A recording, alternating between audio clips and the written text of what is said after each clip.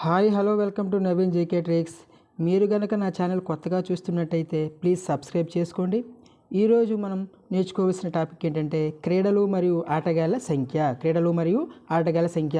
ఇది తప్పనిసరిగా మనకి ఏపీ డిఎస్సి కానీ తెలంగాణ డిఎస్సికి సంబంధించి, లేకపోతే ఎస్ఎస్సి జీడీ ఆర్ అగ్నివీర్కి సంబంధించి, ఇలా రైల్వే గ్రూప్ డే ఎన్టీపీసీకి సంబంధించిన ఎగ్జామ్స్కి తప్పనిసరిగా మనకి చాలా ఇంపార్టెంట్ అయిన టాపిక్.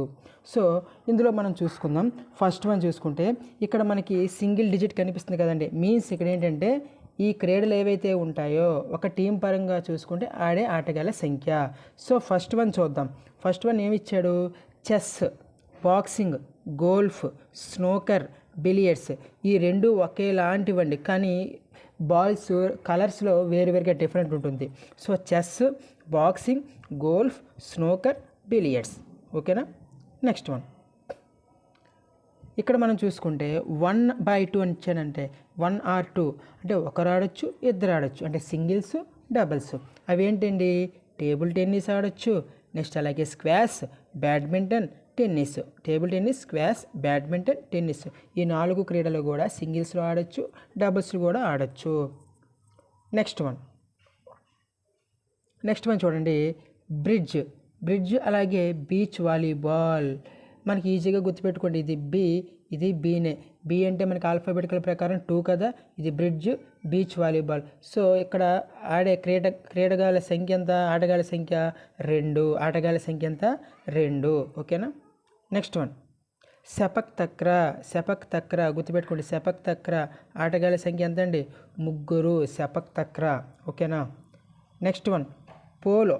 ఇందులో చూడండి, POLO 4 లెటర్స్ ఉన్నాయి. సో 4 4. సో 4. పోలోలో ఆడే ఆటగాళ్ళ సంఖ్య ఎంత అంటే 4.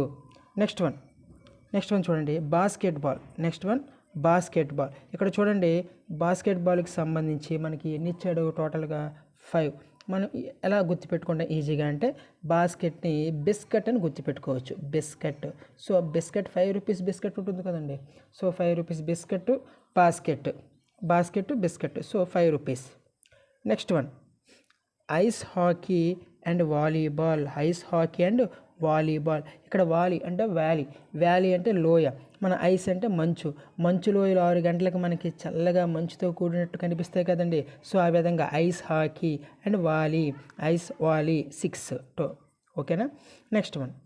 నెక్స్ట్ వన్ చూడండి, కబడ్డీ అనేసరికి మనకి 7 లెటర్స్ ఉంటాయండి. 1 2 3 4 5 6 7 కబడ్డీ. నెక్స్ట్ అలాగే నెట్ బాల్ కూడా 7 లెటర్స్ ఉంటాయి చూడండి. ఓకేనా? నెక్స్ట్ ఇవి చూసుకోండి, హ్యాండ్బాల్, వాటర్ పోలో. ఇవన్నీ కూడా మనకి టోటల్గా ఎన్ని లెటర్స్ అండి? 7. మనకి క్రీడాకారుల సంఖ్య ఎంతంటే 7. నెక్స్ట్ వన్ టగ్ ఆఫ్ వార్లో టోటల్గా లెటర్స్ చూడండి, 8 లెటర్స్ ఉంటాయండి. సో టోటల్గా ఆడే క్రీడాకారుల సంఖ్య కూడా ఎంతండి?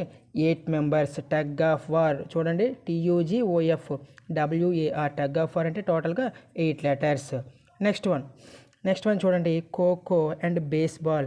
ఇక్కడ మీరు ఖోఖోని K² అనుకోవచ్చు. కేకే కదండి, B² ఇక్కడ బాల్.